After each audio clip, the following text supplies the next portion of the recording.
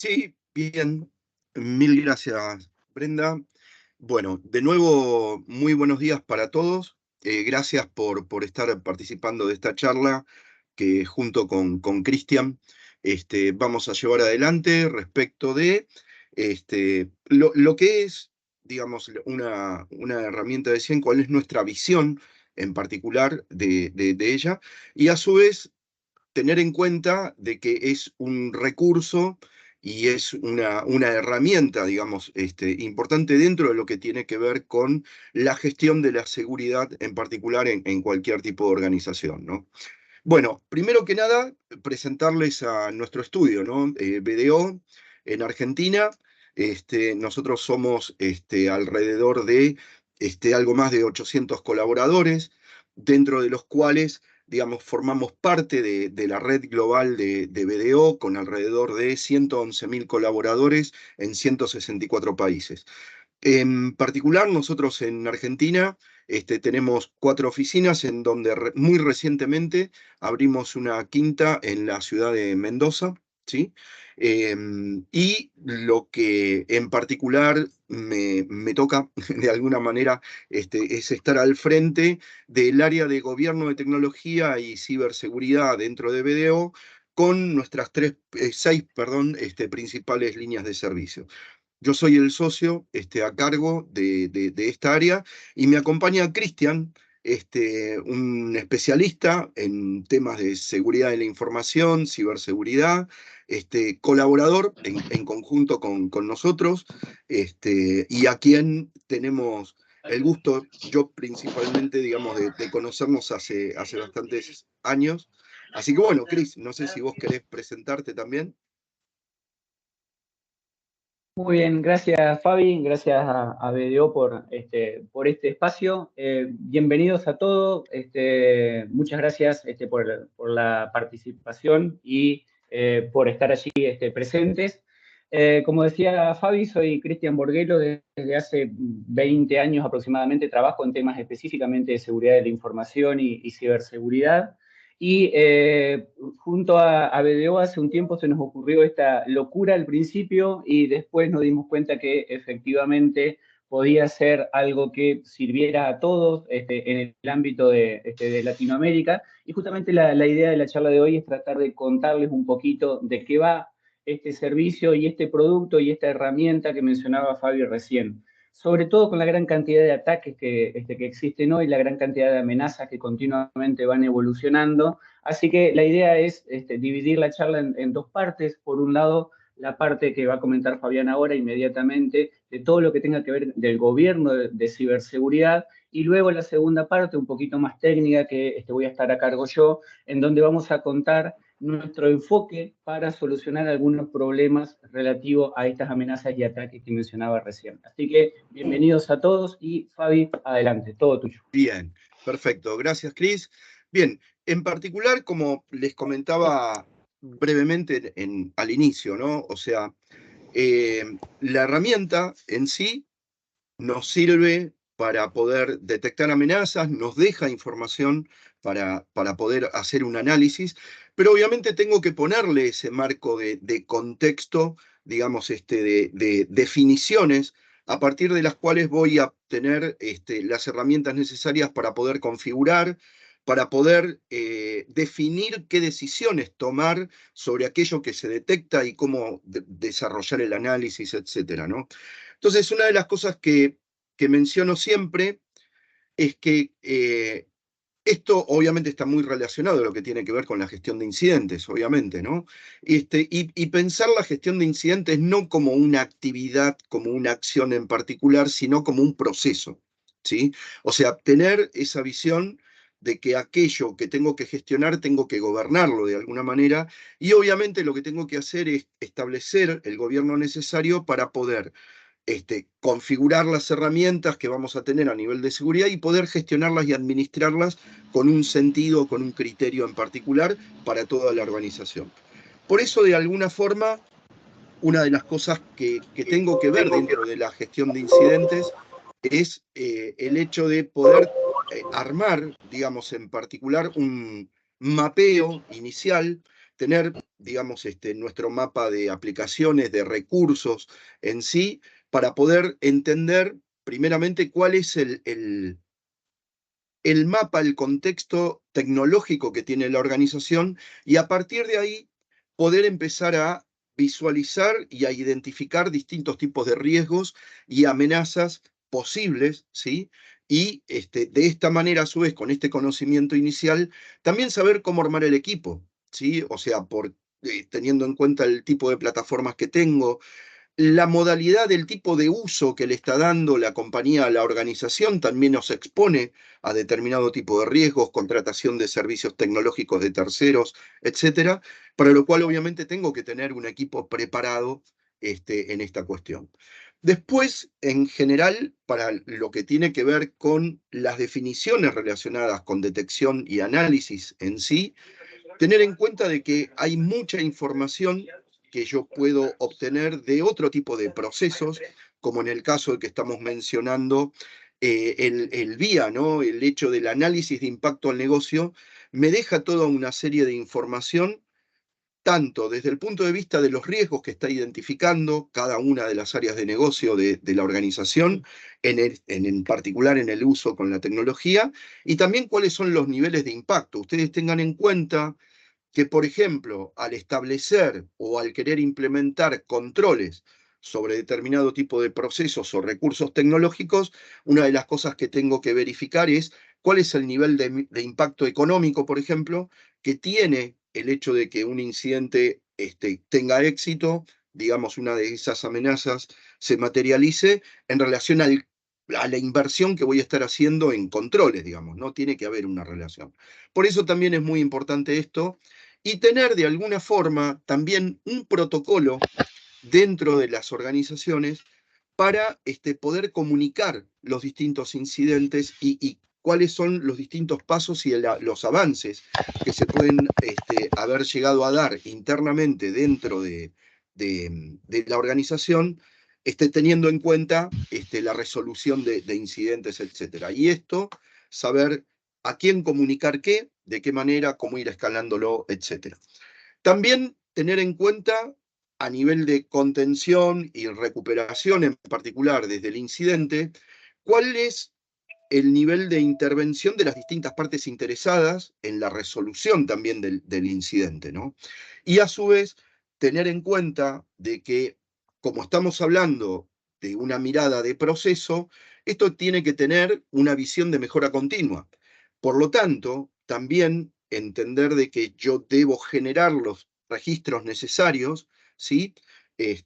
Para poder después analizar el incidente, ver también, digamos, qué oportunidades de mejora puedo llegar a ser necesario tanto en el proceso en sí del abordaje del incidente, como en las distintas herramientas que estoy utilizando dentro de una de ellas, por ejemplo, la del CIEM, ¿no? Pero si tienen en cuenta un poco lo que les comento, todo esto parte desde tener una visión resiliente. Hoy por hoy, desde lo que tiene que ver con procesos de continuidad hasta lo que es a nivel de gestión de incidentes y todo, se hace un foco muy importante en la parte inicial que tiene que ver con la preparación. Tener, digamos, dentro de lo que tiene que ver con la evaluación de riesgos, ¿sí? Y el abordaje a las distintas amenazas, tener en cuenta, digamos, que tengo que hacer foco, digamos, en detectar o en reconocer, perdón, identificar riesgos inicialmente para después saber cómo abordarlos y ya tener planes de respuesta relacionados con cada uno de los incidentes, etc.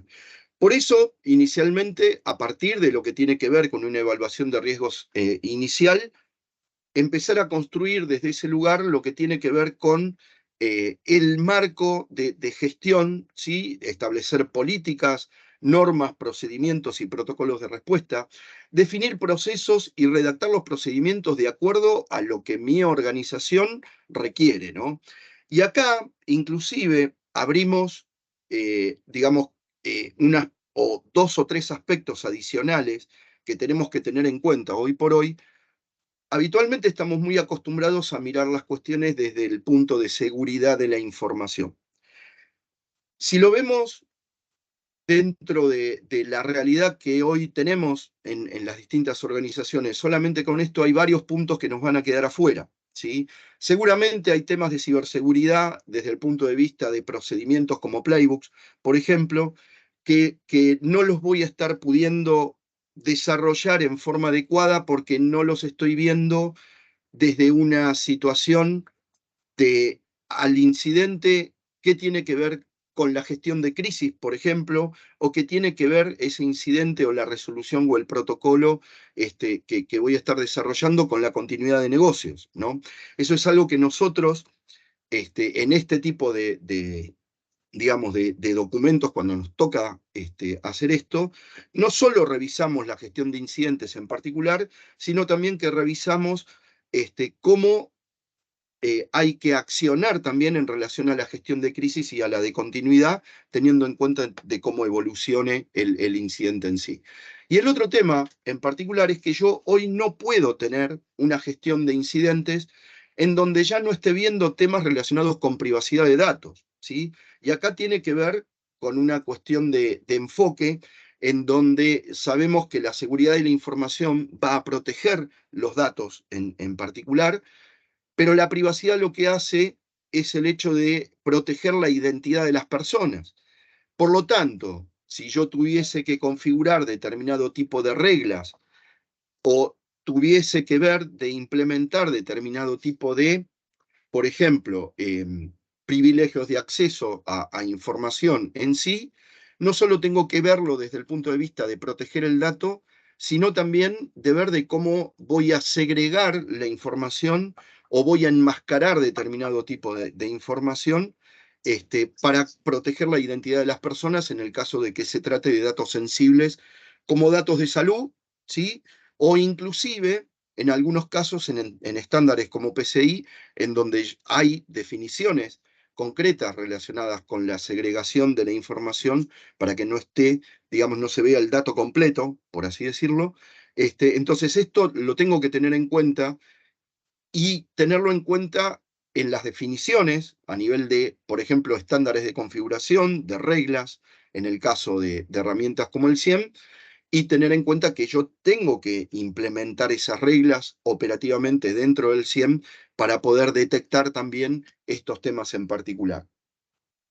Además de implementar los controles, etcétera, también es importante el hecho de definir dentro de la gestión de incidentes lo que tiene que ver con la gestión o la acción, digamos, forense en particular. Ustedes tengan en cuenta de que un incidente relacionado con seguridad de la información puede llegar a estar relacionado con no solamente un tema de fuga de datos, sino que a su vez dentro de esta fuga de datos puede haber datos personales y esto puede llevar, digamos, a un fraude, por ejemplo, ¿no? Que termine en un fraude, en donde posiblemente, casi seguramente, yo esto lo quiera judicializar. Por lo tanto, dentro de mi gestión de incidentes, una de las cosas que tengo que tener en cuenta es cómo es el proceso forense para poder asegurar, por ejemplo, cadena de custodia. Cómo capacitar a mi team de respuesta a incidentes en cómo resguardar la evidencia, cómo buscarla, ¿sí? Y a su vez no solo al team propio, sino también tener en cuenta de que posiblemente estén terceros trabajando con nosotros, como por ejemplo disponibilizándonos alguna aplicación bajo un esquema SaaS, ¿sí? En donde obviamente yo lo tengo que capacitar al tercero para que, primero, controlar de que tenga activadas las pistas de auditoría necesarias, por ejemplo, y por el otro lado, a su vez, capacitarlo en cómo mantener esa cadena de custodia para que cuando yo vaya a recopilar esa información, no me la haya pisado o no haya hecho alguna actividad, digamos, en donde ya la evidencia no me sirve. Por eso, dentro de la gestión de incidentes que yo haya diseñado para mi compañía, es importantísimo hacerlo intervenir al tercero, desde la capacitación hasta saber qué acciones puntuales tiene dentro del proceso para asegurarlo, ¿no? Después lo que ya sabemos, todo el tema de registración, etcétera, desde el punto digamos, de cómo se va desarrollando el proceso. Y lo que es importante, por eso también lo resalto, es que teniendo en cuenta esta visión de proceso, tenemos que tener acciones relacionadas con mejora continua. Dentro del procedimiento de la gestión de incidentes, identifiquen aquellas acciones a llevar adelante para la mejora continua del propio proceso, ¿no? Bueno, acá básicamente, como para dejarles, digamos, rápidamente unas descripciones de funciones dentro de cada uno de los perfiles o roles que suele haber dentro de una gestión de incidentes, como para que lo tengan en cuenta, y a su vez identificar dentro de lo que tiene que ver con una matriz RACI, cuáles son las distintas acciones o las principales acciones a llevar por cada una de las partes interesadas dentro de este proceso, en donde pueden ver que más allá de haber, digamos, de estar el equipo de incidentes, también hay otros roles dentro de la organización que tienen algún nivel de participación, ya sea a nivel informativo o a nivel colaborativo, ¿sí? Dentro del proceso. Acá les dejamos como valor agregado, digamos, cómo sería una gestión de incidentes, ¿no? A nivel de flujo de proceso en sí.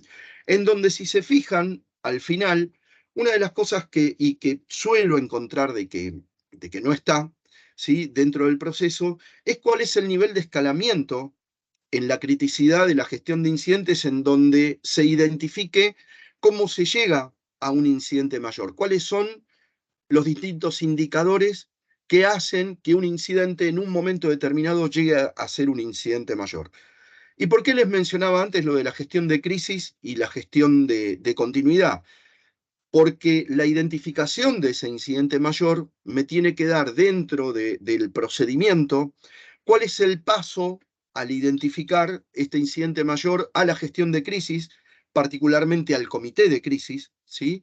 En donde el comité de crisis, en base a los resultados y a la información de ese incidente en particular, puede llegar a declarar lo que es la contingencia, ¿no? Y ustedes, si tienen una idea, una de las cosas que sucede en ese sentido es que mientras yo estoy tratando de resolver el incidente, si ya entro en la contingencia, ambos procesos van a estar corriendo en paralelo en un momento determinado, ¿sí? Y que se termine de alguna manera declarando la contingencia y esté levantando, digamos, todo lo que está relacionado con mi continuidad de negocios, digamos, en un sitio alternativo. Eso no quiere decir que no se haya dejado de seguir adelante con la identificación del incidente, etcétera, y su información, y que además, en un paso más reducido, no se esté también manejando lo que tiene que ver con la gestión de problema, en particular para ver, de identificar la causa raíz, ¿sí? Si esto no se tratara de algo evidente como alguna cuestión de algún ataque y todo, en donde a su vez, si fuese así, tengo que identificar cuál fue la puerta de entrada, etcétera, y ver de cómo remediar a posteriori esta situación, ¿no?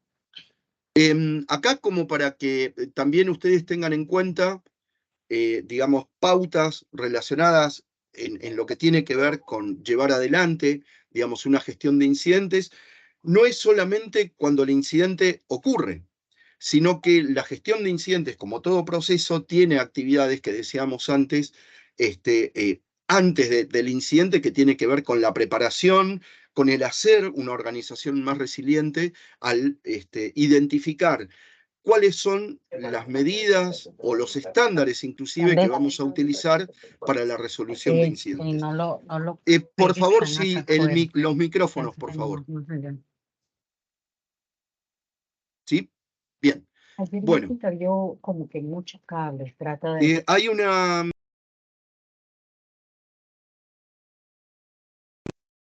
Bien. ¿Ahí me escuchan ustedes? ¿Sí? Sí, señor. Correcto. Sí, perfecto. Sí, perfecto. Gracias. Bien, acá también como ayuda de alguna manera o como orientación, les dejamos una biblioteca de estándares para que puedan de alguna manera referenciar o tener una elección, digamos, sobre qué estándares se van a manejar, ¿no? En donde pueden ver que hay, de alguna forma, una relación entre estos distintos procesos que les comentaba de continuidad, gestión de crisis, etcétera, con lo que es la gestión de incidentes en sí. Esto, a lo que me ayuda, de alguna forma, es a que yo, desde la gestión de incidentes, pueda, inclusive, mantener, digamos, esa relación con otros procesos, siendo o dándome herramientas para poder ser más resiliente, ¿sí? Acá, como pueden ver, tengo la gestión de riesgos, digamos, como algo central, porque a partir de eso es donde yo ya trabajo sobre riesgos conocidos dentro de la organización, habiendo identificado amenazas, etcétera, y pudiendo saber, desde el punto de vista de la gestión de incidentes, qué tipo de definiciones e indicadores voy a poner, qué diseño de planes de respuesta son los que voy a necesitar, que obviamente es una entrada de valor para la gestión de continuidad, porque ya voy a tener identificados cuáles son los distintos procedimientos que voy a utilizar si mi compañía llega a entrar en contingencia, ¿no? Desde este lugar, también, digamos, como un tema adicional en particular, esto seguramente ya lo conocen, acá se representa un poco lo que yo les comentaba, y es el modelo que tiene la ISO PAS 22399, que está relacionada, y esto lo dejé por separado porque estaría bueno que si ustedes tienen acceso a artículos de esta norma o a la norma en sí, lo puedan ver porque hace a la relación entre la gestión de incidentes y la gestión de la continuidad, ¿no? Esto es algo de lo que nos sirve y que nosotros en particular utilizamos para poder hacer el análisis previo de cómo está, digamos, la compañía en relación con estos procesos, previamente a hacer los trabajos y llevar adelante la gestión de incidentes en particular, ¿no? Un detalle importante, y hago un foco adicional sobre lo que tiene que tener, sobre lo que tiene que ver con privacidad. ¿Por qué? Porque en sí lo que está relacionado a lo que es privacidad, hoy no está siendo habitualmente incluido dentro de la gestión de incidentes. Necesitamos incluirlo dentro de la gestión de incidentes, principalmente porque lo que tiene que ver con privacidad en muchos países tiene una acción adicional a llevar adelante, ¿sí? Además de que, como decíamos antes, tiene otro objetivo diferente a lo que es con seguridad de la información, ¿sí? Lo que buscamos con una gestión de incidentes adecuada desde el punto de vista de privacidad tiene que ver con evitar y minimizar daños a los dueños de los datos, ¿sí? Sobre todo con lo que tiene que ver con el derecho al honor de la persona y a la intimidad, a su privacidad en particular. Y por el lado de las organizaciones, como ya sabemos de GDPR, más allá de las leyes locales que tengamos, hay que evitar, y más los juicios, ¿no? O sea, un tema legal, juicios que el dueño de datos puede llegar a hacerle a mi compañía. Una de las cosas que tenemos que evitar con una gestión de incidentes resiliente es que, digamos, la compañía sufra algún tipo de daño financiero, económico, más allá del reputacional, ¿no? Para eso, acá, digamos, un poco la definición, ¿sí? Que deberíamos de unir entre lo que es seguridad de la información y a nivel de incidentes, ¿no? De seguridad de la información e incidentes de datos personales, tener en cuenta esta diferencia como para poder hacer ese doble clic y actualizar nuestra gestión de incidentes, teniendo en cuenta también qué es lo que estamos protegiendo a partir del incidente de privacidad. Por eso les queremos acompañar desde lo que es la ley argentina, para aquellos que nos acompañan de otros países, a nivel de criticidad, ¿a qué llamamos y qué nivel de criticidad tiene un dato personal, ¿no? A nivel bajo, medio y crítico en particular. Por el otro lado, también tener en cuenta que dentro de la gestión de incidentes de privacidad y dentro de la gestión de la privacidad en particular, existen otros roles.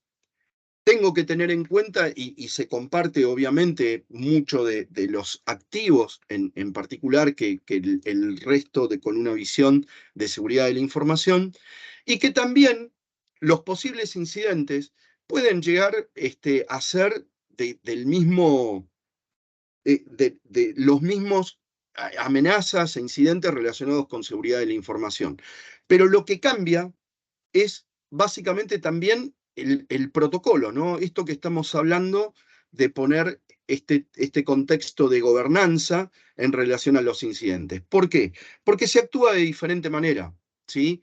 Si bien las fuentes de amenaza, como se ven acá, son las que vemos habitualmente desde el tema de ciberseguridad, seguridad de la información, también, de la misma manera, cuáles son los incidentes más comunes relacionados con privacidad, estamos viendo lo mismo.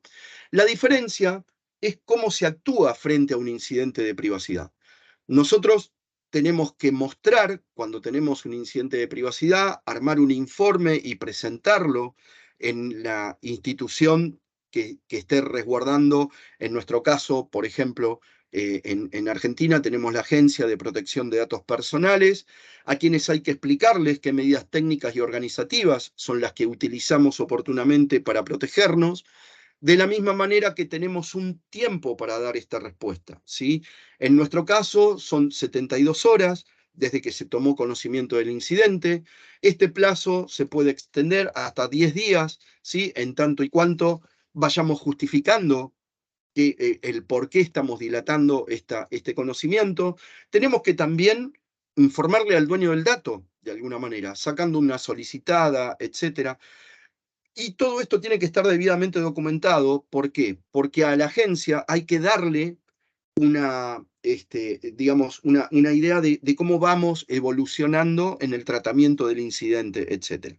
Todo esto está puesto en protocolos y además está bajado a tierra y escrito en tinta, por así decirlo, en el artículo dentro de la ley. O sea, no es algo dentro de lo cual quede como una sugerencia, etcétera, ¿sí? Sino que es un debe dentro de la ley. Por eso es importante también que cada uno de nosotros tomemos nuestras leyes y veamos en qué es lo que tenemos que cumplir para este tema en particular que tiene que ver con incidentes. Acá les dejo rápidamente, digamos, una idea de cuál debería de ser, digamos, en particular el contenido de esa notificación, ¿sí? En donde principalmente una de las cosas que tengo que hacer es identificar, digamos, para quien esté recibiendo el informe, en qué fecha ocurrió, cuál fue el motivo, tengo que tener un análisis, que obviamente el motivo del incidente con la información que tengo que dar a esta entidad regulatoria va a salir ¿de dónde? De la gestión de incidentes, ¿sí? Va a salir de lo que yo haya preparado y haya recopilado dentro de la gestión de incidentes en particular.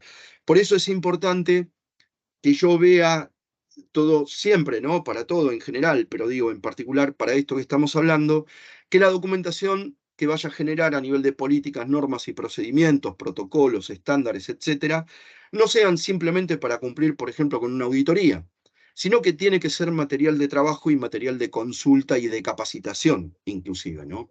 Dentro de lo que tienen que ver con los principales incidentes que se dan en relación a la privacidad, y esto como para poder plantear, digamos, también reglas dentro de nuestros equipos de detección de amenazas y análisis, es la gestión del control de acceso, anonimización y sintetización de datos, ¿sí? O sea, la pérdida de estas facultades dentro de lo que tiene que ver, sobre todo en el tratamiento de datos sensibles, la disrupción, digamos, dentro de lo que sería la inscripción o el cifrado de datos, etcétera, ¿no?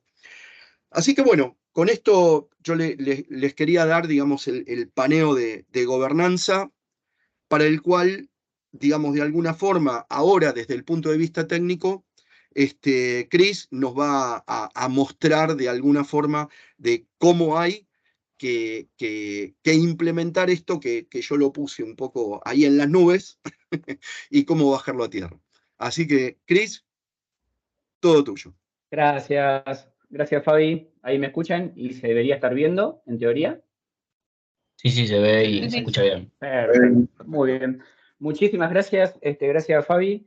Y mientras hablabas vos, no podía dejar de sonreír, pensando a veces y poniéndome en la cabeza de los que somos un poquito más técnicos. en donde vos mencionabas un montón de buenas prácticas, recomendaciones, normativas, documentos, etcétera, y a veces desde el punto de vista técnico nosotros simplemente lo que hacemos es tratar de intentar solucionar un problema o levantar los fierros, hablando mal y pronto, como decimos a veces, decir, a ver, yo quiero que el servidor funcione, quiero tener conectividad, tengo a los directores de la organización requiriéndome un montón de respuestas en donde yo lo que tengo que hacer básicamente es tratar de que el negocio y toda la tecnología que está detrás vuelva a arrancar lo más rápido posible. Entonces, muchas veces, por eso sonreía, muchas veces tenemos esa dicotomía entre lo que yo menciono cariñosamente, los papelitos, es decir, cómo cumplimos la normativa, las buenas prácticas, o cómo viene una auditoría, que puede venir una auditoría de un banco, puede ser una auditoría interna, puede ser una auditoría externa, etcétera. ¿Cómo hago para cumplimentar esa auditoría y a su vez también tratar que esos documentos de alguna forma reflejen la práctica en el mundo técnico? Entonces lo que vamos a hablar es un poco desde ese punto de vista. ¿Cómo hago yo para tratar de gestionar esos incidentes desde la parte técnica? ¿Sí? Vayan teniendo cuidado por las dudas con los micrófonos por ahí.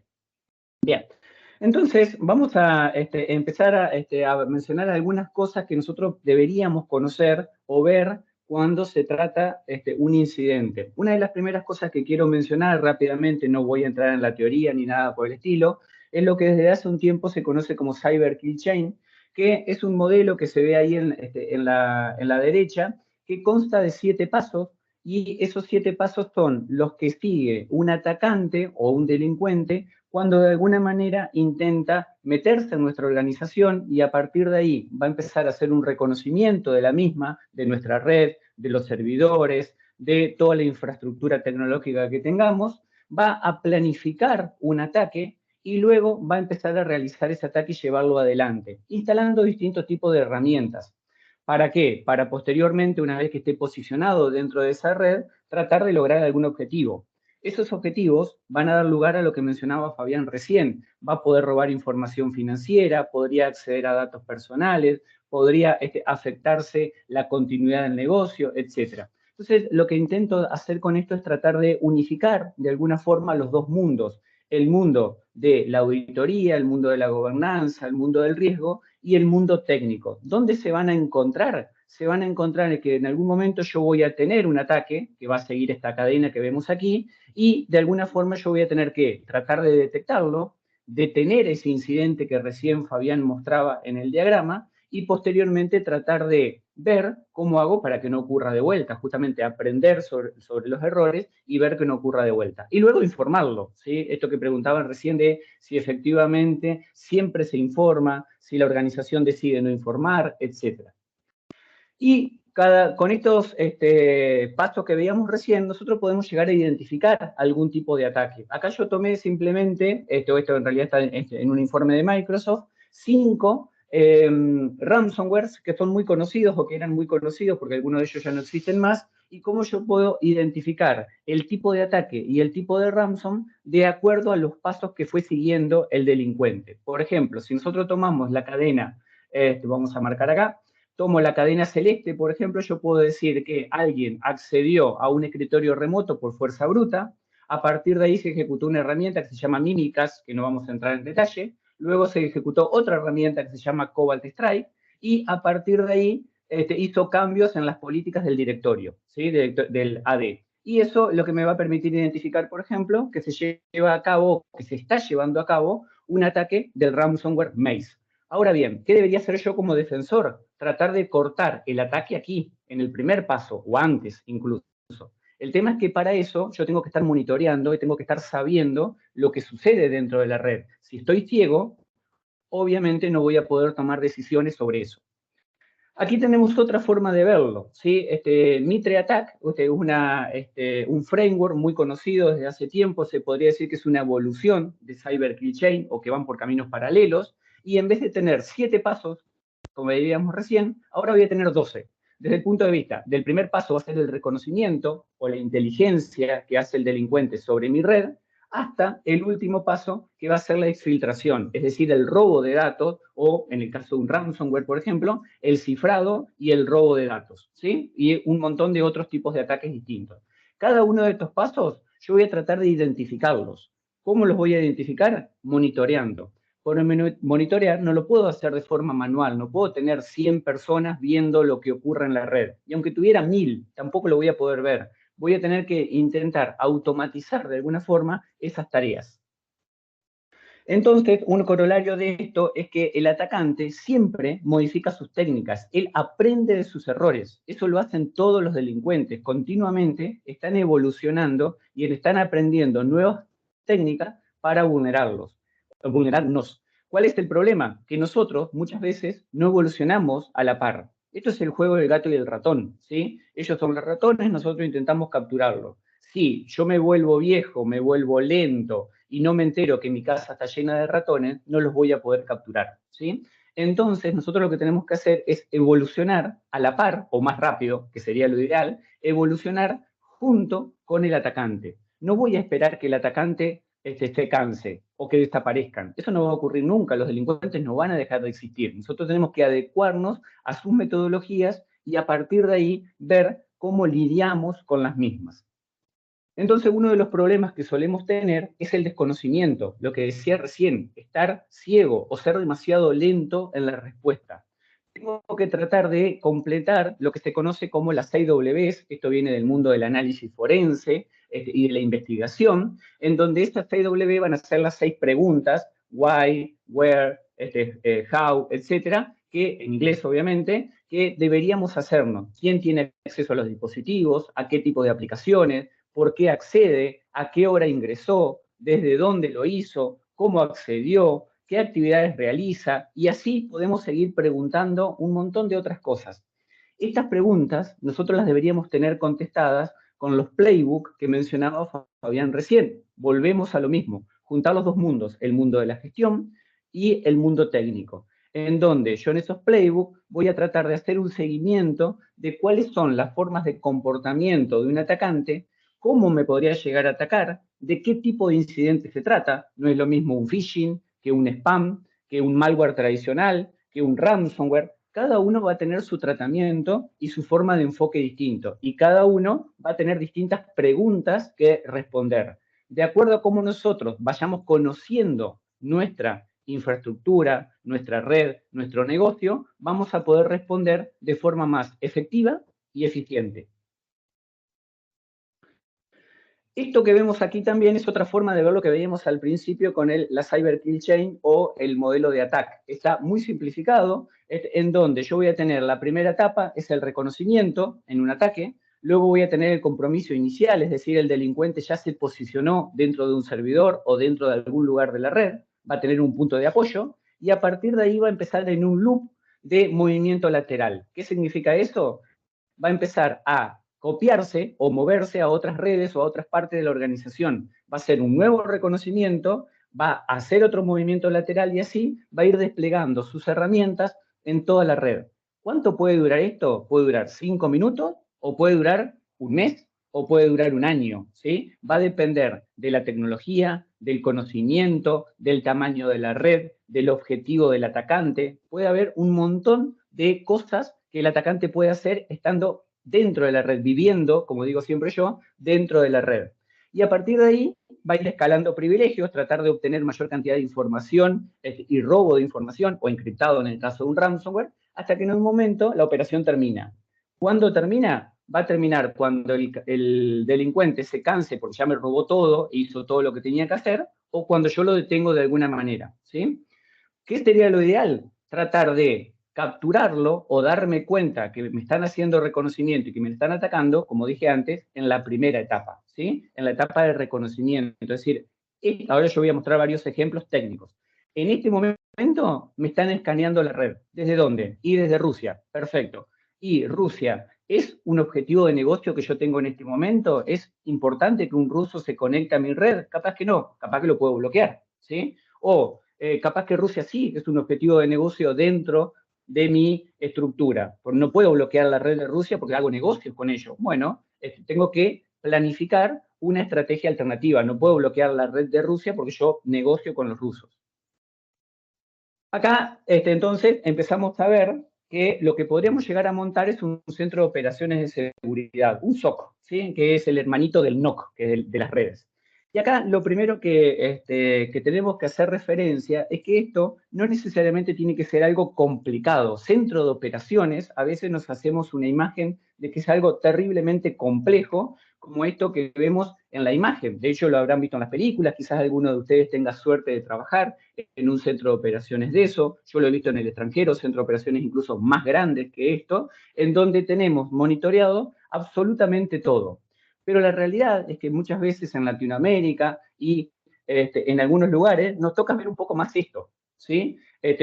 Obviamente, salvando las distancias. ¿Qué quiero hacer relación con esto? Que no importa el tamaño, la complejidad o la tecnología que nosotros tengamos. Lo importante es que tengamos un centro de operaciones en donde nosotros podamos monitorear en tiempo real lo que está sucediendo, ¿sí? Eso puede ser con un equipo, puede ser con una red, puede ser con un equipo de gente, puede ser una sola persona, puede ser una persona part-time, puede ser tercerizado, puede ser interno. Hay todos los modelos que ustedes se imaginen, están y se pueden aplicar. Lo importante es que tengamos algo que nos monitoree en tiempo real lo que está sucediendo. Si no, difícilmente voy a poder visualizar lo que ocurre. Y si no lo visualizo, como dije antes, no lo voy a poder detener. Entonces, los TOC han ido evolucionando. Originalmente eran solamente algún tipo de monitoreo rápido y una respuesta más reactiva. Es decir, yo me doy cuenta que está ocurriendo algo, voy y apago el servidor, por decir algo, exagerándolo. Y esto ha ido evolucionando en los últimos años. Hoy hablamos de lo que se conoce como SOC 3.0. Tiene ese nombre medio fashion, pero la realidad es que es un SOC con muchas herramientas y que cada una de esas herramientas nos van a ofrecer distintos grados de visualización. En algunos casos voy a visualizar la red, en otros voy a visualizar un dominio, en el otro voy a visualizar el tráfico de red, en el otro voy a visualizar distintos tipos de ataques, en el otro voy a visualizar solamente malware, en el otro voy a visualizar el comportamiento de los usuarios y así sucesivamente. Cada una de estas herramientas yo las voy a poder centralizar en este centro de operaciones y a partir de ahí voy a poder tomar decisiones. Eso es lo importante. Yo no decido a ciegas que quiero apagar el servidor. No, decido en base a la inteligencia que me proveen esos datos. Y digo, ¿es inteligente en este momento cortar el acceso a la red X o filtrar tal tipo de tráfico o filtrar una dirección IP o una URL? ¿O es inteligente en este momento bajar 50 cambios y digo, bajo la red durante 5 minutos, medio día, no importa. Tomo decisiones en base a la inteligencia. Obviamente estoy hablando del extremo, donde lo ideal no debería ser apago los servidores, ¿sí? Es simplemente para que se entiendan. Lo importante es que yo decido en base al conocimiento y a los datos que tengo. Nunca a ciegas, ¿sí? Porque obviamente esto después yo lo voy a tener que justificar también. Si yo decido bajar una red o apagar un servicio por X motivo, después el negocio me va a pedir explicaciones. ¿Por qué dejamos de facturar durante cierta cantidad de tiempo? No, porque a mí se me ocurrió apagar el servidor. ¿Y por qué se te ocurrió? ¿En base a un sentimiento en un momento o a datos fehacientes que uno fue recolectando? Entonces, acá tenemos distintas acciones que podemos llegar adelante con el SOC, ¿sí? Nosotros nos vamos a ubicar hoy en la parte de las primeras 4, se podría decir, ¿sí? Obviamente podemos agregar todas las otras, pero yo voy a tratar de hoy mostrar esas primeras 4. Tratar de recolectar datos con una herramienta que vamos a ver ahora que se llama FIEM. A partir de ahí voy a recolectar logs y demás y voy a tratar de hacer reportería, ¿sí? Estas serían las 4 acciones básicas que debería tener en un SOC implementando un SIEM. ¿Cuál va a ser la evolución de esto? Obviamente, como dije, tratar de hacer investigación y que me ofrezca inteligencia adicional. Esto va a ser un modelo de madurez, como todo. Yo no puedo tener todo al principio, pero sí por lo menos esos 4 puntos que marqué recién. Es fundamental tener eso al menos. Y a partir de ahí, algo que nos suelen preguntar mucho, es el tema de la automatización, ¿sí? Yo esto lo tengo que tener automatizado, como dije antes, no voy a tener 1000 personas mirando el paquetito de red que pasa, al margen de que no se puede, ¿sí? Entonces lo voy a tener que automatizar de alguna manera. Y esto lo que va a hacer es recolectar eventos, que van a ser cientos o miles de eventos por segundo o por minuto. A partir de ahí, la herramienta, de forma automática, va a recolectar algunos elementos de interés o eventos de interés. Lo va a ir filtrando. Esto es un embudo, como vemos en pantalla. A partir de ahí se van a recolectar o informar cierta cantidad de alertas. Y estas alertas posteriormente se podrían transformar en algún caso que yo voy a tener que investigar, ¿sí? ¿Quién lo va a investigar? Obviamente, acá sí aparece un ser humano, un analista, en donde va a decir, perfecto, de toda la cantidad de eventos que están ocurriendo en tiempo real en la red, yo me voy a quedar con estos dos. Y voy a investigar porque por algo la herramienta levantó una alerta. Y a partir de ahí, obviamente, voy a poder informar qué es lo que está sucediendo. Lo que dije antes, los 4 pasos. Tratar de recolectar los logs primero y luego tener reportería en tiempo lo más real posible. Y entonces esto me va a llevar a las medidas de protección, ¿sí? Yo siempre digo lo mismo, lo que me conocen hace mucho tiempo, esta diapositiva la conocen, yo soy enemigo de las balas de plata, ¿sí? ¿Qué significa eso? No confío en las balas de plata, no existen balas de plata. ¿Qué significa eso? Que yo, teniendo una herramienta, tener, por ejemplo, el antivirus, o tener el firewall, o tener la herramienta X, no existe la bala de plata, no me va a proteger una sola herramienta. Yo voy a tener que tener justamente un montón de medidas de seguridad. Por eso digo, no a la bala de plata, porque no existe, y no al huevo. ¿Qué es el huevo? Una capa de protección, ¿sí? Es decir, tengo el firewall, por ejemplo, que me protege el perímetro. El perímetro no existe más. Desde que existe la nube y demás, no existe la capa de protección firewall sola, ¿sí? Por eso, una sola capa de protección no es eficiente. Lo que tenemos que pensar es la cebolla. Tiene muchas capas de protección y cada una de ellas protege la capa interior. Si alguien saca la primera capa, se encuentra con otra herramienta. Y si pasa esa capa, tiene otra herramienta, y así sucesivamente. Entonces, siempre recuerden esto, no a las balas de plata y no al huevo, siempre sí a la cebolla.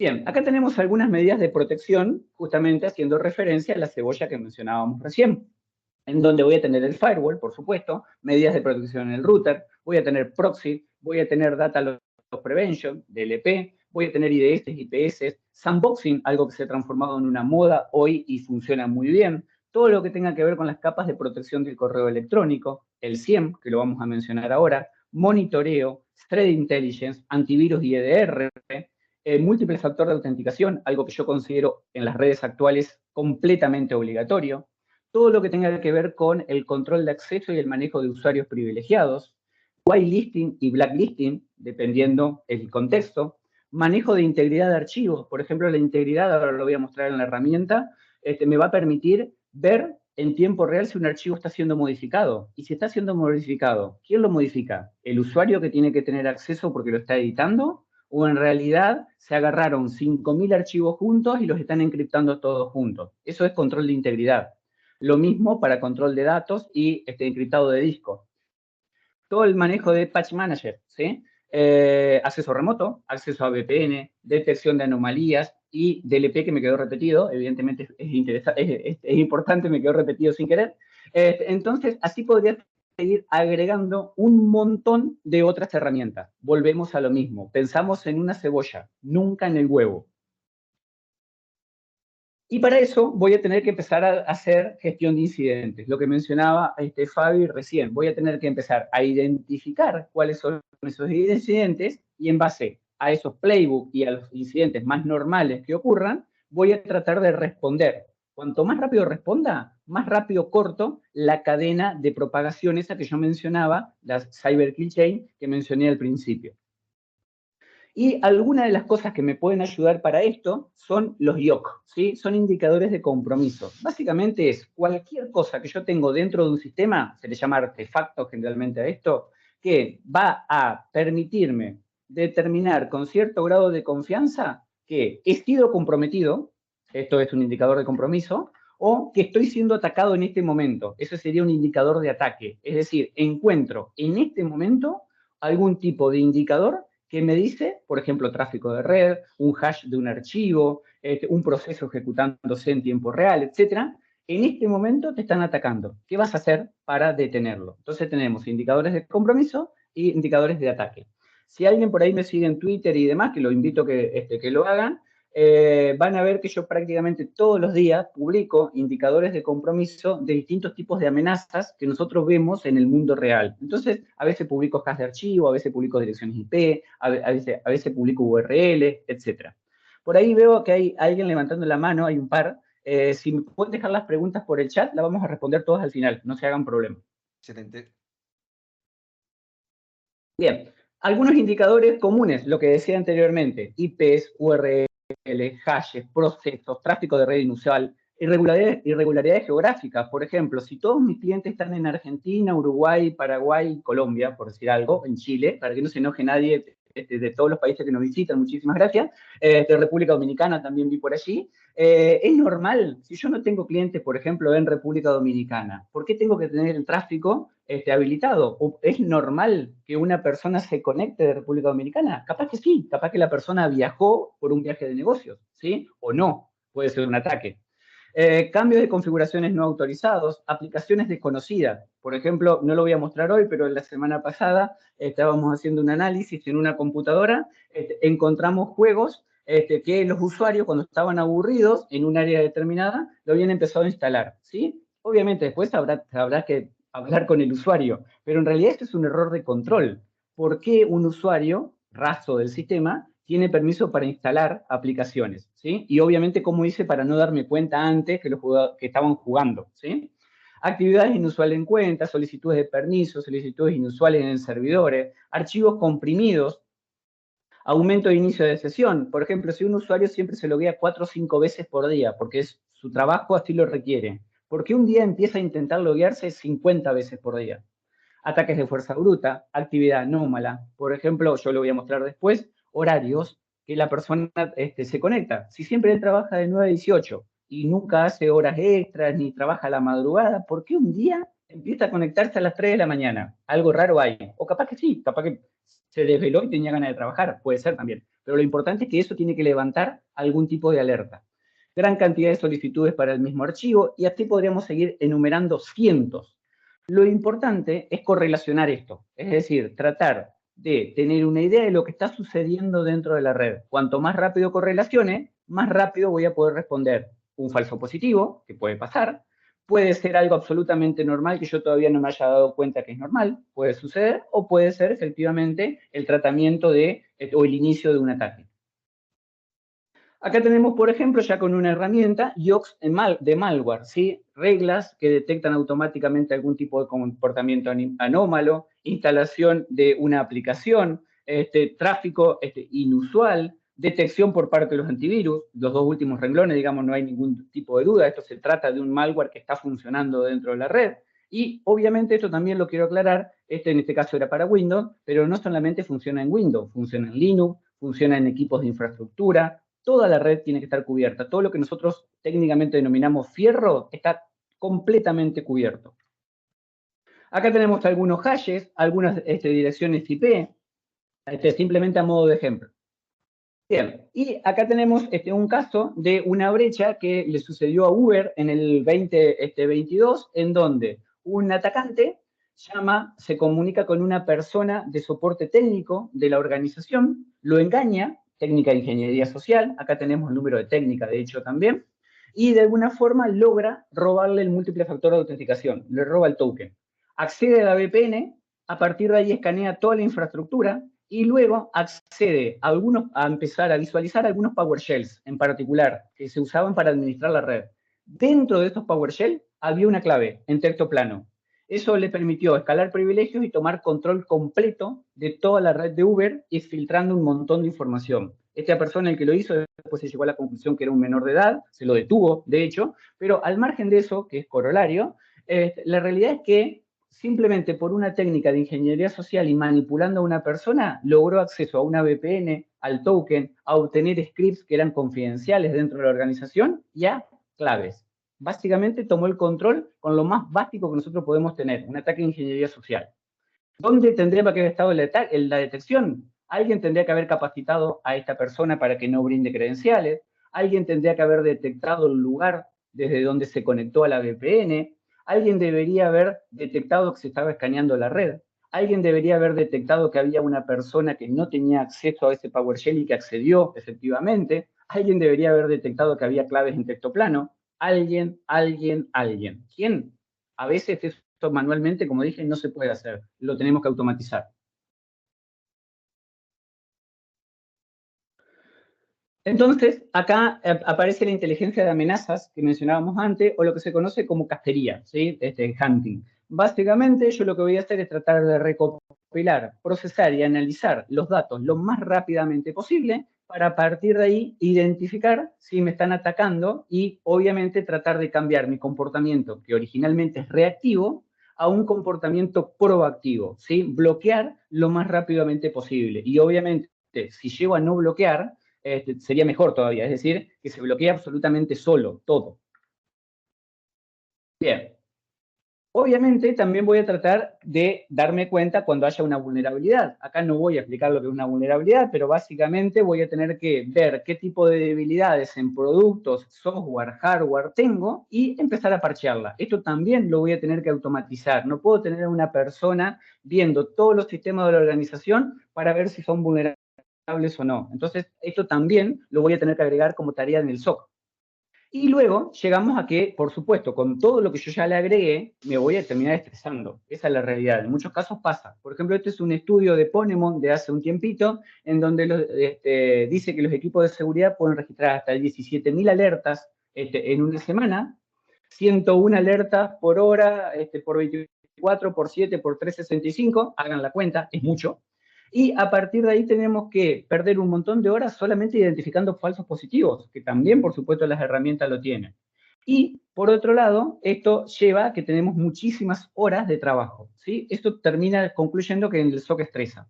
Yo voy a cambiar un poco el mensaje acá, al margen de esto que pongo, es que la realidad hoy, en nuestra experiencia, en casos de Argentina y en distintos países de Latinoamérica implementando este tipo de soluciones, no es tan así. Hemos logrado simplificar un poco este proceso y no es que como dije al principio, voy a necesitar 20 personas con un montón de herramientas y demás. Lo hemos llegado a simplificar al punto tal de que tener 1 o 2 alertas por día está bien, de forma tal que cuando lleguen esas alertas, efectivamente sean reales, no que todo el mundo salga corriendo desesperado y después sea un falso positivo. Esto es lo importante de tratar de aceitar, ¿sí? Para eso, ahora yo les voy a mostrar, venimos implementando desde hace un tiempo una herramienta que es un SIEM. Muchos de ustedes, por supuesto, deben conocer varios tipos de SIEM, la mayoría de ellos son comerciales. Nosotros por ahí lo que hicimos fue tratar de darle un enfoque distinto, orientado a Latinoamérica, y en primer caso fue a Argentina, en donde sabemos que las herramientas a veces son caras, son difíciles de conseguir, en el contexto actual de Argentina a veces económicamente también se complica, y demás, cosa que por suerte otros países no tienen, pero la realidad es que quisimos adaptarlo a una realidad de bajo costo y de bajo consumo de horas de las organizaciones. ¿Por qué? Porque sabemos, como dije anteriormente, que las organizaciones están abrumadas con la cantidad de tareas que tienen. Sobre todo cuando este servicio nació, allá por el 2020, durante la pandemia, ni hablar de la cantidad de estrés que habían los equipos tecnológicos. Entonces, ideamos esto tratando de pensarlo de la forma más barata posible desde todo punto de vista, no solamente económico, sino que también de consumos de recursos humanos, tiempo, horas y minimización del estrés. Me parece una tontería, pero es realmente importante.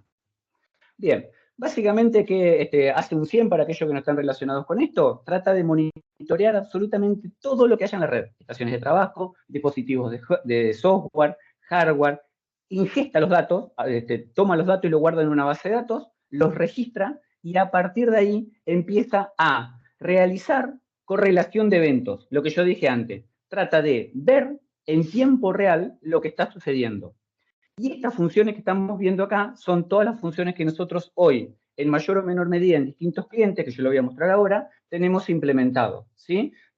Todo lo que voy a mostrar es básicamente implementado con clientes reales. Obviamente no voy a mencionar los clientes, por supuesto, Pero lo importante de esto, y que para aquellos que me conocen saben que siempre trato de hacerlo así, es bajarlo a tierra, ¿sí? No solamente que esto quede en la teoría de que se puede hacer o que una vez probé y me salió bien. No, esto lo tenemos implementado en la actualidad y por eso lo voy a mostrar ahora. ¿Qué herramientas que tenemos implementadas actualmente? Todo lo que tenga de recolección de logs, yo siempre digo, si escupe un archivo, si tira un archivo de texto, un syslog, un evento, cualquier cosa que quede de una herramienta, se puede monitorear.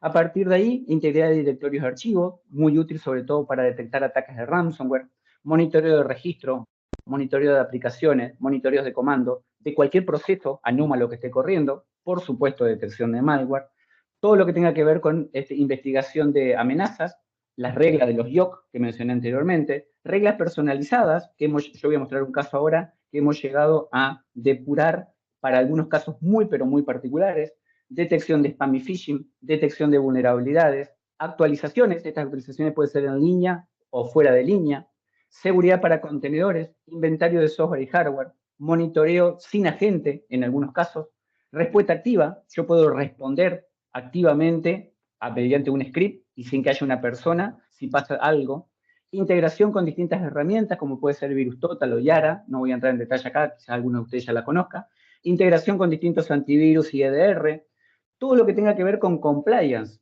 fundamental. ¿Qué significa esto? Todo lo que mencionaba anteriormente Fabi, nosotros lo podemos hacer cumplimentar o cumplir dentro de la herramienta, de forma tal que cuando mañana Fabián venga, o un banco venga, o una empresa, o auditoría interna o auditoría externa venga y me diga, ¿cómo estás auditando tal o cual cosa? Yo le digo, lo estoy auditando de acuerdo a CIS, de acuerdo a NIST, de acuerdo a GIPA, a PCI, a ISO y así sucesivamente, ¿sí? Básicamente me alineo a cualquiera de las buenas prácticas para este reporting, que yo mencionaba antes, el reporte, sacarlo de acuerdo a la normativa que a mí me aplique en mi organización, independientemente del rubro que sea. Puede haber organizaciones financieras, bancarias, de cualquier tipo, ¿sí? Lo importante es que yo me voy a alinear a una práctica, a una buena práctica, a una normativa. Y eso va a estar directamente relacionado con lo que hace la herramienta y reporte la herramienta.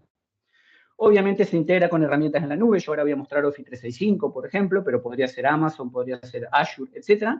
Y una cosa fundamental que no lo mencioné y me olvidé de ponerlo en la diapositiva, pero es muy importante, todo esto se hace en los servidores propios de la organización. No necesito enviar datos a la nube. Es decir, yo no voy a exfiltrar mis propios datos o los logs a la nube. Lo voy a hacer localmente dentro de los servidores de la organización. ¿Sí? Yo voy a poder implementar la herramienta sin ningún tipo de problema. Bien, a partir de acá voy a mostrar muchas capturas de pantalla de la herramienta funcionando. La herramienta de la que estoy hablando se llama Wazuh. Acá no hay ningún tipo de secreto ni nada por el estilo. Wazuh es una herramienta open source. Se puede descargar, la pueden descargar ustedes e instalarla, pueden hacer sus propias pruebas de concepto y pueden utilizarlas por su propia cuenta. ¿Sí? Es una herramienta completamente abierta. ¿Qué significa eso? Que si ustedes ahora terminan la charla y dicen, mira, me gustó lo que dice Fabián y dice Cristian, la voy a implementar por mi lado. No hay ningún problema. ¿Sí? Acá no hay nada para ocultar ni nada por el estilo. La implementan, la usan y que esta charla les sirva como introducción para utilizar una excelente herramienta. Si por otro lado dicen, no, mira, no me animo, no tengo tiempo, no quiero, o quiero la experiencia que tiene BDO y Seguinfo implementándolo, nos llaman, no hay ningún tipo de problema. Lo importante acá es que esto es, como dije, basado en buenas prácticas y en herramientas que son abiertas completamente. Wazuh, aparte, por las dudas, claro, también tiene una versión paga, si alguien lo quiere consultar.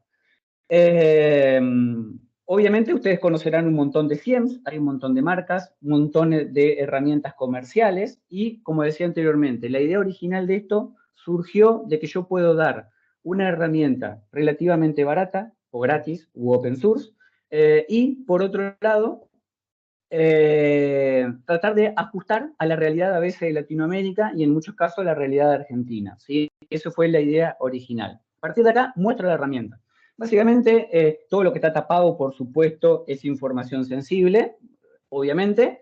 Acá tenemos, por ejemplo, una red que tiene monitoreando en este momento 182 equipos, que pueden ser equipos de hardware, servidores, pueden ser Linux, pueden ser Windows, etc. Y a partir de ahí me dice, por ejemplo, que hay alguna gente que está desconectado, esto habrá que estudiarlo y demás. Esta es la pantalla principal que podríamos llegar a ver cuando arrancamos la herramienta. Luego tengo, por ejemplo, en este caso, inventario, ¿sí? ¿Qué significa el inventario? Yo voy a poder saber qué equipos tengo en la red, inventariados perfectamente en hardware. Por ejemplo, a la derecha tenemos un Intel Xeon, etcétera, etcétera, con 4 cores, y me dice todos los programas que tiene instalado, el software que tiene instalado, y todo el hardware que tiene dentro de ese servidor, ¿sí? Por ejemplo, tiene 2 placas de red, tiene VIN-1 instalado, tiene una placa de red Wi-Fi también, las direcciones IP, las MAC address, todo el inventario completo de toda mi organización. No tengo que instalar una herramienta de tercero para inventariar esto. Algo fundamental, lo que mencionaba Fabián al principio, yo tengo que tener un inventario de activos para saber qué es lo que estoy protegiendo. Si yo no sé que son 50 equipos, o son 100, o son 500, o cuáles son los datos que tengo dentro de esa red, no los voy a poder proteger. Lo fundamental es hacer un inventariado de esto.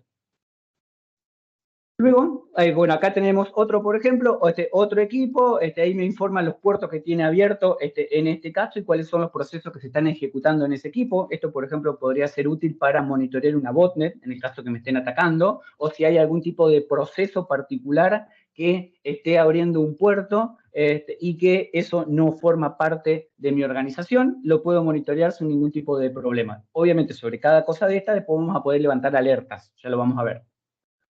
Luego, acá tenemos los procesos que se están ejecutando en este momento con la ruta determinada. Por ejemplo, algo normal, que para aquellos que hayan visto malware en algún momento, el archivo sdchost. A veces lo veo corriendo y no sé la ruta en la que está corriendo. No es lo mismo que esté corriendo en el system32, que es la ruta original, que esté corriendo en el ctemp, ¿sí? Obviamente, si está corriendo en el ctemp, seguramente es un malware.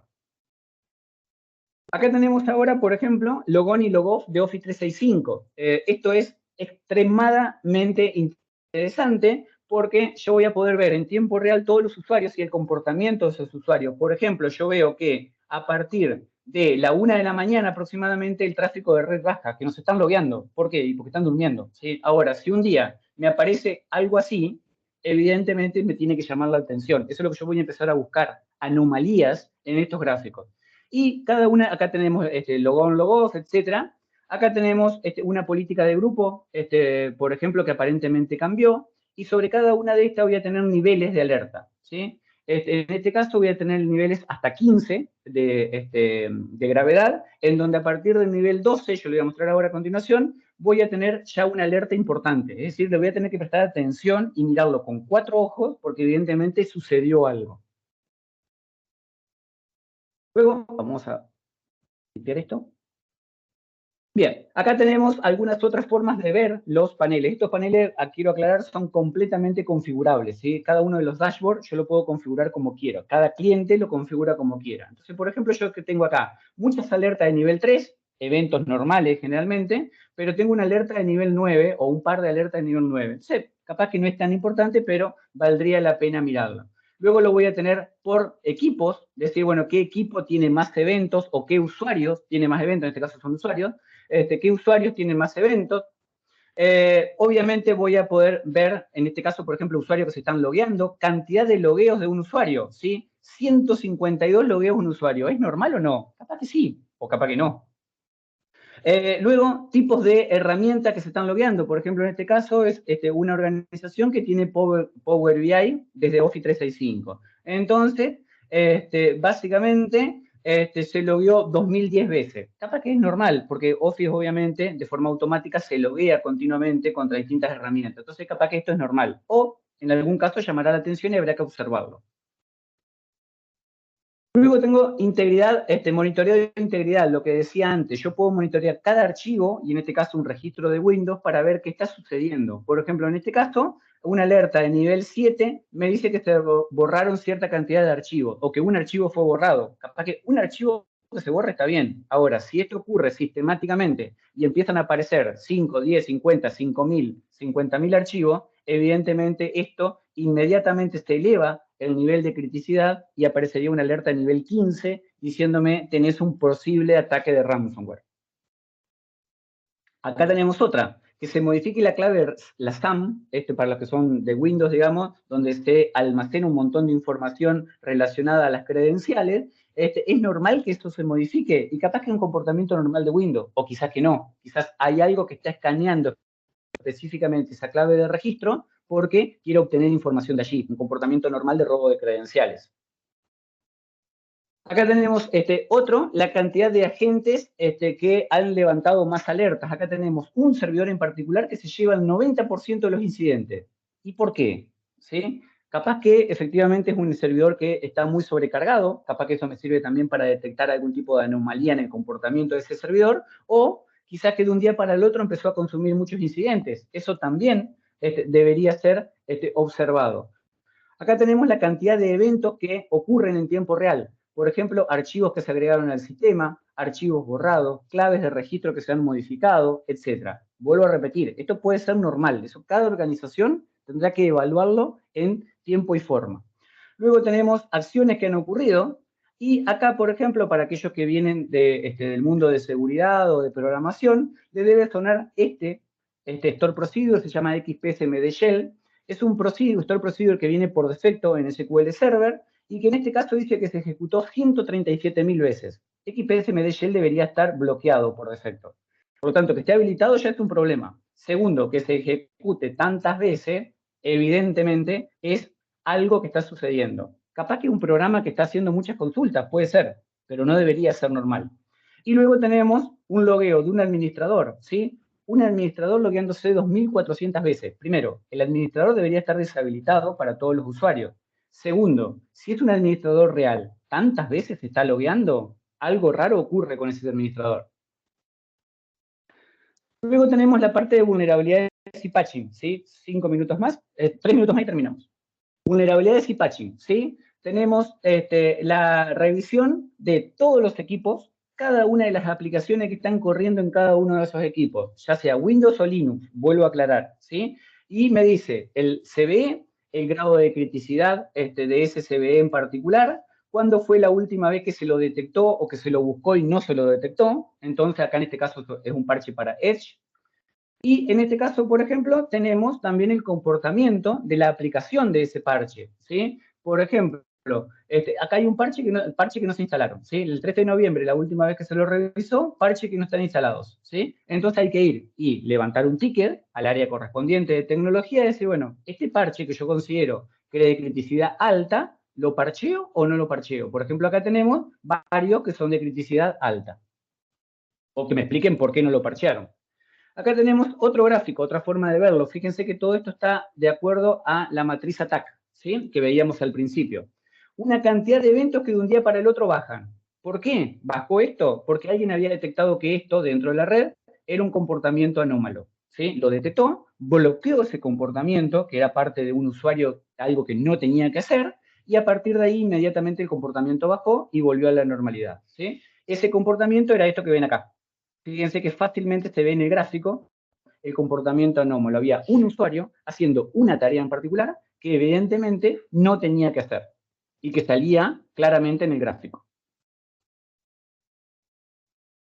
Bien, y como último, de vuelta con la matriz ATT&CK que vemos recién, también podemos catalogar cada una de las técnicas, para aquellos que nunca hayan visto ATT&CK, cada técnica tiene un ID, y podemos decir, bueno, acá tenemos un grupo que cambió, por ejemplo, ¿sí? Fíjense que el nivel de alerta ya es 12, o acá ya tenemos alguno de nivel 15, ¿sí? Acá es un archivo que se ejecutó en una carpeta que generalmente utiliza el malware. Esto hay que medir y mirarlo. Evidentemente puede ser un comportamiento de malware. O acá tenemos un proceso sospechoso que se ejecutó en un lugar determinado.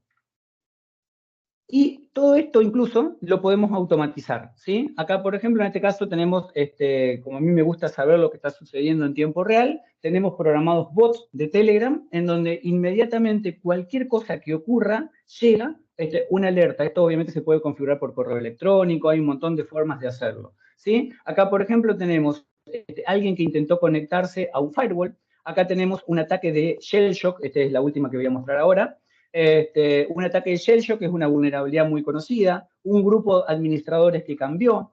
Fíjense que cada uno tiene un nivel determinado, ¿sí? archivos que se han ejecutado en un momento determinado que pueden ser malware, un usuario que intentó recuperar la contraseña o la recuperó, esto puede ser normal o no, de acuerdo a quién sea.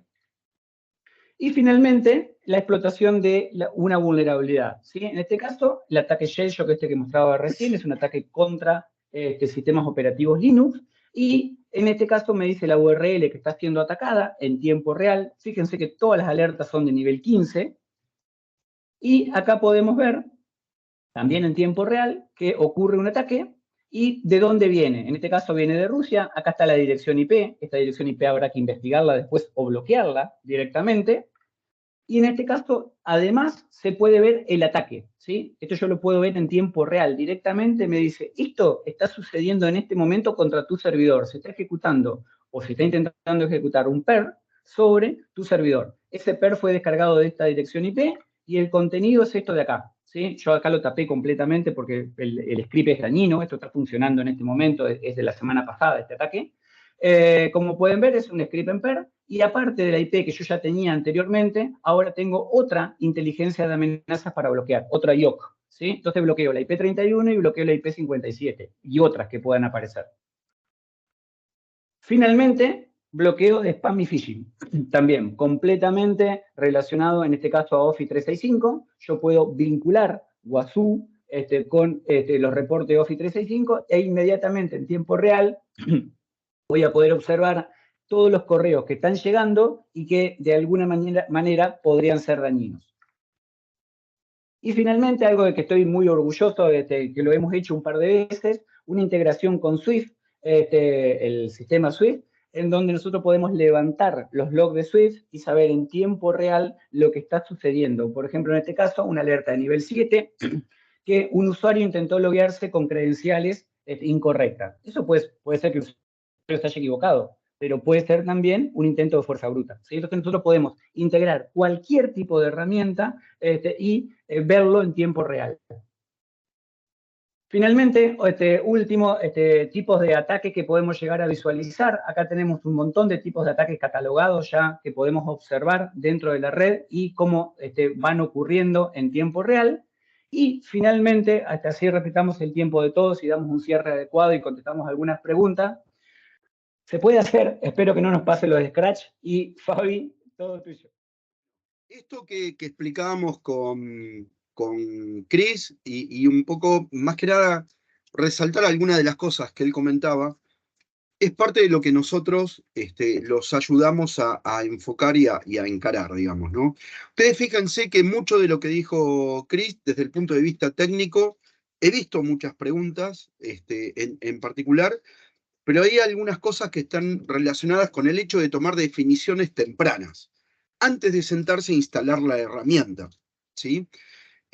Cuando nos hablaba de determinado tipo de cuentas de usuario que deberían de estar activadas o no, como la del administrador, eso está definido en una política de la compañía, en una norma, y está un procedimiento escrito, digamos, de cómo lleva ese tratamiento.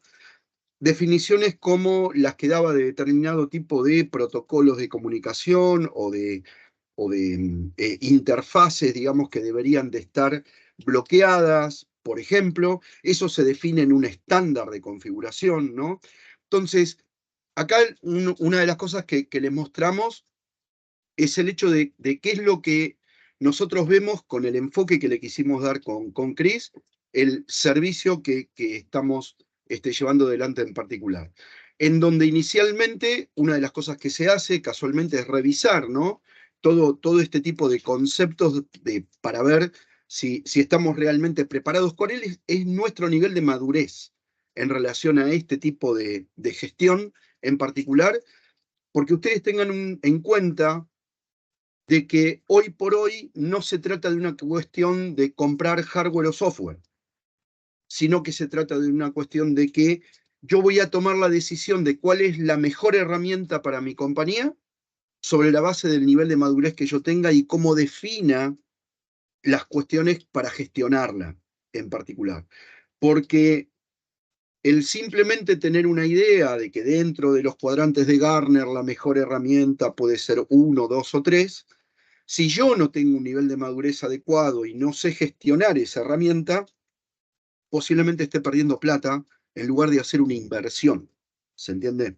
Entonces, en lo que tiene que ver con lo nuestro, básicamente, inicialmente, en el primer periodo de tiempo, esto nosotros lo ofrecemos como un servicio gestionado, digamos, ¿no? Por eso mencionamos seguridad como servicio en particular, en donde la primera foto tiene que ser cuál es el nivel de madurez que tenemos para manejar estas cuestiones.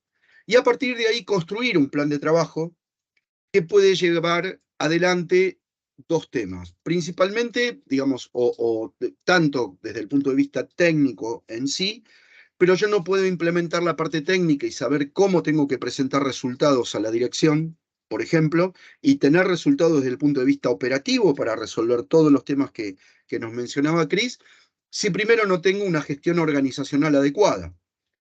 El marco normativo que me oriente, la preparación de la gente. Hay muchas cosas de las que mencionaba Cristian, que de acuerdo a las plataformas que nosotros tenemos que ver de cómo preparar a nuestra gente para poder inclusive hacer todo este análisis que él rápidamente nos graficó y muy bien en pocos minutos, digamos, ¿no?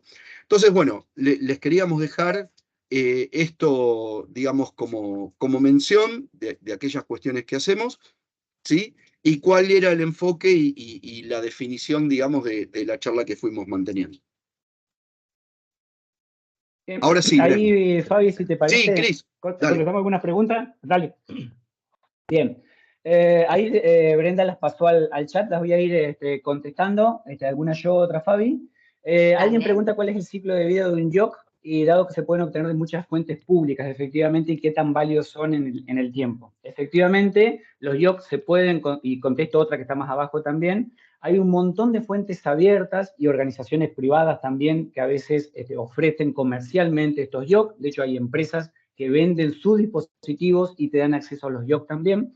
El ciclo de vida es completamente variable, depende mucho de la amenaza. Por ejemplo, este que yo estaba mostrando recién, que se trata de la explotación de una vulnerabilidad hacia un servidor, está activo desde hace 15 días y nosotros lo hemos visto en varios clientes, en distintas instancias, pero las direcciones IP que yo mostraba en la última captura sigue activa. Entonces ahí podemos decir tiempo de vida, una semana, 15 días, capaz que sigue.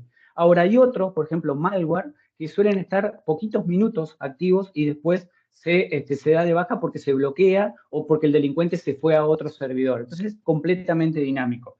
Esto es lo que ayuda a esta herramienta en particular. Cada YOC va a tener un tiempo de vida de acuerdo a la amenaza que a mí me está afectando. Por lo tanto, yo tengo que tener mi propia inteligencia. ¿Es útil basarse en los YOC públicos? Obviamente que sí, pero mejor si yo tengo los YOC que me están atacando a mí en un momento determinado. Ahí contesté la otra también. Hay muchos, si uno pone en Google, sin ir más lejos, Public YOC, van a encontrar muchísimo, pero todas las herramientas de SIEM, WASU incluido, y me contesto otra que está más abajo también, MIT, también tienen feeds de alimentación, básicamente, de YOC. Y no solamente hay IPs, hay URLs, hay tipos de malware, hay hashes, hay cientos, ¿sí? Por lo tanto, todo lo que nosotros podamos tener como inteligencia está bien. Lo importante es lo que mencionábamos recién, no nos abrumemos con la cantidad de información, porque si yo tengo un millón de YOCs, ¿cómo hago para tratarlos? ¿Sí? Bien, esta información, alguien si pregunta si esto se puede registrar históricamente. Sí, efectivamente, todo esto que yo acabo de mostrar va a base de datos que uno después puede depurar en frío o en caliente, a un mes, 3 meses, un año, de acuerdo a la normativa y a las buenas prácticas y a lo que nos pida la auditoría, nosotros lo podemos guardar históricamente el tiempo que queramos. Obviamente vamos a tener que tener disco, ¿sí? Obviamente, pero se puede hacer. Después me preguntan si se podría llevar a cabo una operación de análisis de spyware, Pegasus. Bueno, Pegasus es algo bastante particular, ya está bastante por encima de esta charla. Daría para otra charla completamente distinta. Pegasus tiene comportamientos muy, pero muy atípicos. Probablemente ninguno de los 100 del mercado hoy pueda llegar a detectar un ataque de Pegasus o de herramientas APT tan avanzadas como esa, ¿sí? Entonces, lo dejamos afuera por ahora, no solamente de WASU, lo dejo afuera de cualquier SIEM. Acá después me preguntan, bueno, tema de 0 days, sí, obviamente detecta 0 days o se pueden programar alertas para eso. Sí, ¿cuál considero mejor en 100? Yo tendría que decir Wazoo, pero no, comercialmente las que mencionan allí, Elastic, QRadar, Splunk, son excelentes herramientas comerciales. Esto no estamos hablando mal de las otras herramientas, nada por el estilo. Son distintos enfoques y distintos momentos y distintas organizaciones. Dentro de las open source, sin duda, Wazoo es la mejor, eso sin duda. ¿Sí? Las otras, por supuesto, son pagas. ¿Cuánto afecta la implementación? Muy buena pregunta, siempre me la hacen. Es prácticamente nulo. Prácticamente no se nota el rendimiento en la red cuando uno implementa este tipo de herramientas. Yo acá estoy hablando específicamente de Wazoo, por toda la experiencia que nosotros tenemos implementándolo. El impacto dentro de la red es prácticamente nulo. ¿Sí? Muy, pero muy bajo. ¿Qué opinás de las herramientas 100 basadas en IA? ¿La querés contestar vos a esa, Fabi? A ver, ahí una de las cosas que principalmente tienen que tener en cuenta es cómo van a implementar, y perdón que siempre caiga en lo mismo, ¿no? Ustedes saben que lo mío es la parte de gobernanza, pero digo, más allá de esto, cuando vayan a utilizar inteligencia artificial, lo primero que tienen que establecer es el marco de contexto en el cual van a manejar inteligencia artificial. Principalmente, qué se puede hacer o no con inteligencia artificial, y por el otro lado, quiénes pueden utilizarla y bajo qué contexto es que la van a utilizar. Yo particularmente entiendo que utilizaría inteligencia artificial de una forma bastante cerrada, si es que quisiera aplicarla a cuestiones relacionadas con incidentes, etcétera, en donde yo requiera rápidamente tratar de inclusive mejorar el análisis, pero es algo muy sensible. Ustedes piensen de que el utilizarlo o no tener una política que defina que yo no puedo utilizar inteligencia artificial abierta, por ejemplo, no está permitido dentro de la compañía bajo ningún concepto porque yo estoy dejando datos confidenciales dentro de la plataforma, en donde inclusive no tengo forma de ni siquiera de revisar, digamos, cuáles son los distintos protocolos que se están utilizando desde el punto de vista de desarrollo de la inteligencia artificial para ver el código y qué es lo que nos deja expuestos, digamos, ¿no? Por lo tanto, vuelta a lo mismo, yo prefiero establecer acá una política, primero, que defina desde la dirección cuáles son, digamos, las opciones de poder utilizar o no, y quiénes, y recién ahí después ver en cuestiones tan sensibles como estas, piensen ustedes todo lo que nos dijo Cristian, cuánta información sensible y confidencial estaríamos dejando en una plataforma de inteligencia artificial de nuestra compañía, en donde queremos resolver un ataque haciendo y siendo nosotros un canal para un ataque superior, digamos, ¿no? No sé ahí, Cris, si vos querés agregar algo, pero... Sí, y sumo ahí a eso, coincido completamente que primero el tema de la política es fundamental en todos los contextos, y segundo, preguntan el nivel de madurez. Y yo la pregunta que hago acá, te repregunto al que mandó la pregunta, y es, ¿qué es madurez en inteligencia artificial? Porque hoy el estado del arte cambia todo el tiempo. Si yo te contestaba ayer, es una cosa, y hoy aparecieron un montón de herramientas. O la semana pasada, por ejemplo, Microsoft disponibilizó toda su inteligencia artificial en un montón de herramientas de ellos. Google lo hizo hace aproximadamente un mes. Entonces, madurez, yo creo que obviamente todo se puede madurar para mejor. De hecho, las herramientas hoy de SIEM, los antivirus, cualquier herramienta de seguridad, usa o en mayor o en menor grado, ya sea aprendizaje automático o algún grado de inteligencia artificial. Por lo tanto, sin duda, ¿es maduro? Obviamente que no, porque mañana tenemos que mejorarlo más y pasado lo tenemos que mejorar más. Entonces, todo el tiempo estamos madurando. Sí, y ahí, última, Cris, sí, perdón, te agrego algo, si ¿sí? ustedes quieren enfocarse, que da para otra charla, como decía Cris, con el tema de inteligencia artificial. Tengo en el canal mío algún tema que está relacionado con esto, pero cuando hablamos de madurez a nivel de inteligencia artificial, yo considero que hay tres pilares principales. Uno, lo que dijimos, el poner un marco de contexto a nivel legal, regulatorio, políticas, normas que me gestionen esto. Lo otro importantísimo, yo no puedo pensar en inteligencia artificial si no tengo un buen gobierno de datos. Es crítico. Y por el otro lado, una buena gestión de los terceros. O sea, si yo voy a estar pensando en utilizar, por ejemplo, servicios de nube, que es una de las cosas que facilitó salir del invierno de la inteligencia artificial por una cuestión del gran volumen de recursos que utiliza, es el hecho de los servicios de nube. Si yo no tengo un concepto de gobierno de los servicios de nube que puedo llegar a contratar o que puedo llegar a administrar yo mismo por un desarrollo propio, también se me complica. ¿Se entiende? Entonces, para mí, son principalmente esos tres principales pilares. Bien. Sí, Cris. Una de las últimas, si los features que yo acabo de mostrar son en la versión gratuita o paga. Son de la versión gratuita completamente abierta. Como dije durante la charla, todos ustedes lo pueden descargar, probar, se pueden descargar una máquina virtual, no nos necesitan a nosotros. Después, si alguien quiere hacer consulta, obviamente bienvenido sea, pero son de la versión gratuita. La versión paga funciona en la nube de Wasu, ¿sí? También, por supuesto, si alguien quiere comprar directamente en Wasu, lo puede hacer sin problema.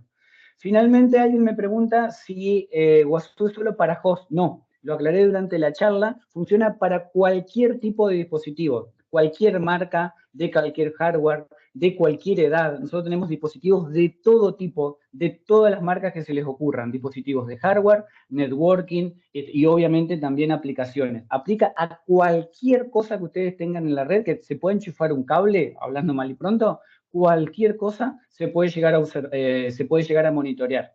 Y alguien ahí pregunta con respecto al tema de los IOC, si no me afecta a mi negocio, al IOC lo puedo ignorar. Sí, rápidamente el análisis inicial indicaría eso.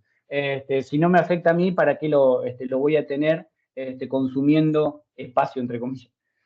Bien, ¿alguien más? A ver si había alguna otra. Si no, creo que para respetar el tiempo de todos, creo que iríamos cerrando, Fabi, ¿no? Sí, ahí, perdón, pero William consulta, que está claro que Wasu, bueno, es una de las mejores herramientas, y pregunta, cuando hay una herramienta, ya sea un firewall, IPS, etcétera, si ha sido actualizado, si Wasu, ¿qué tiempo le toma para reconocer este cambio, supongo, ¿no? Bien, Wasu está actualizando prácticamente todas las semanas. ¿Sí? De hecho, justamente ayer o antes de ayer publicaron versión nueva, la 4.7. La información también, obviamente, se puede alimentar con feeds dinámicos sin ningún tipo de problema, por lo tanto, lo podemos actualizar de esa manera. Y una cosa que agrego, el tema del tiempo de instalación, que lo vi por ahí arriba que pasó. Instalar esta herramienta, y ahí están los chicos, incluso los técnicos también que trabajan conmigo, no me dejan mentir, instalar la herramienta y tenerla funcionando, a nosotros nos lleva 1 hora, ¿sí? 1 hora. En una reunión remota con el cliente, nosotros, teniendo obviamente el equipo donde se va a instalar y el espacio en disco, en 1 hora nosotros tenemos la herramienta funcionando y monitoreando un par de equipos. O sea, ya le podemos agregar un servidor, un firewall, un equipo de networking, etcétera, y ya podemos empezar a capturar eventos. Es decir, esta es la complejidad, entre comillas, que tenemos hoy para implementarlo. Hacemos la reunión de kickoff, por decirlo de alguna forma, con el cliente, y en 1 hora lo tenemos funcionando y capturando eventos. A partir de ahí, obviamente, después se empiezan a agregar otros tipos de agentes para monitorear. Pero eso es importante remarcarlo, porque muchos tipos de herramientas, SIEM sobre todo, son extremadamente complejos, ¿sí? Así que eso me había olvidado de aclararlo y creo que es sumamente importante. API, Aseguramiento de Procesos Informáticos. Es un área de servicios especializada en gobierno tecnológico, seguridad de la información y ciberseguridad. Ofrece soluciones estratégicas para asegurar los objetivos de negocio de las empresas apoyados en la tecnología, preparándolas para responder a las necesidades de innovación en forma segura y bajo sus necesidades de cumplimiento. El enfoque de BDO permite no solo atender problemas puntuales, sino mejorar el nivel de madurez tecnológica de manera transversal en toda la organización.